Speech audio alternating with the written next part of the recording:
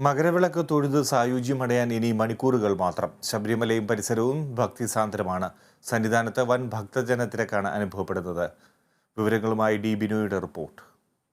ശബരിമല സന്നിധാനവും പരിസരവുമെല്ലാം തന്നെ പൂർണ്ണമായും തീർത്ഥാടകരെ കൊണ്ട് നിറഞ്ഞു കഴിഞ്ഞിരിക്കുന്നു. ഉച്ചപൂജ കഴിഞ്ഞ് ഇപ്പോൾ നട അടച്ചിരിക്കുകയാണ്.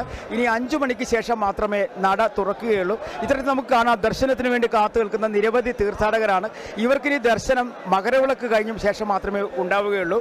ഇതിൽ മലയാളികളുണ്ട്, അതുപോലെ തന്നെ ഇതര സംസ്ഥാനക്കാരുണ്ട്. സമയം എവിടെ നിന്നാണ് വരുന്നത്? ആയംകുളത്ത് നിന്ന്. എപ്പോഴാണ് യാത്ര തിരിച്ചത്? 12 മണിക്ക് ആ സമയം പറഞ്ഞേക്കുന്നത്. പക്ഷേ ഞങ്ങൾ 5 മണിക്ക് ഇറങ്ങിയതാണ് പമ്പയിൽ നിന്ന്. പമ്പയിൽ നിന്നുള്ള യാത്ര ഇത്ര സമയം ക്യൂ നിന്നാണ്? 4 മണിക്കൂർ.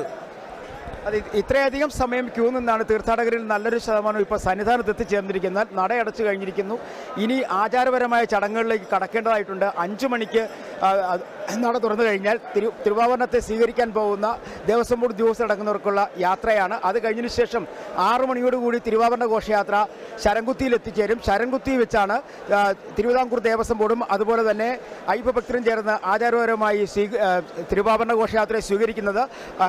അതിനുശേഷം വാദ്യമേളങ്ങളുടെ അകമ്പടിയോടുകൂടി തിരുവാഭരണ ഘോഷയാത്രയെ നേരെ ശബരിമല സന്നിധാനത്തേക്ക് ആനയിച്ച് കൊണ്ടുവരും. 6:30-നും 6:50 ഇടയ്ക്കാണ് ദീപാരാധന ചടങ്ങുകൾ പൂർത്തിയാകുന്നത്. തിരുവാഭരണങ്ങൾ ചാർത്തിയുള്ള ദീപാരാധനയ്ക്ക് ശേഷം 8:30 മണിയോടുകൂടി മകരസംക്രമ പൂജയും സംക്രമ അഭിഷേകവും നടക്കും. സംക്രമ പൂജ അതായത് ധനുരാശിയിൽ നിന്നും സൂര്യൻ ധനുരാശിയിൽ നിന്നും മകരം രാശിയിലേക്ക് മാറുന്ന സമയമാണ് സംക്രമ പൂജ നടക്കുന്നത്.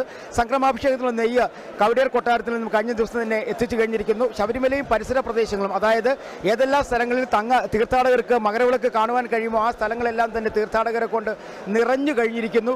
ശബരിമലയിൽ മാത്രമല്ല, പമ്പ, അതുപോലെ ഇടുക്കി ജില്ലയുടെ പുല്ലുമേട് തുടങ്ങിയ സ്ഥലങ്ങളെല്ലാം തന്നെ തീർത്ഥാടകർ എത്തിക്കൊണ്ടിരിക്കുകയാണ്. ഇനി അതുപോലെ തന്നെ തീർത്ഥാടകർക്ക് നിയന്ത്രണവും ഏർപ്പെടുത്തി കഴിഞ്ഞു. ഇപ്പോൾ പമ്പയിൽ നിന്നും ശബരിമല സന്നിധാനത്തേക്ക് തീർത്ഥാടകരെ കടത്തിവിടുന്നില്ല. കാരണം അഭൂതപൂർവമായ തിരക്ക് കണക്കിലെടുത്താണ് ഇത്തരത്തിലൊരു തീരുമാനം. നാളെ രാവിലെ 4 മണിക്ക് ശേഷം മാത്രമേ തീർത്ഥാടകരെ ശബരിമല സന്നിധാനത്തേക്ക് ഇനി കടത്തിവിടുകയുള്ളൂ. അത്തരത്തിൽ വലിയ തിരക്കാണ്.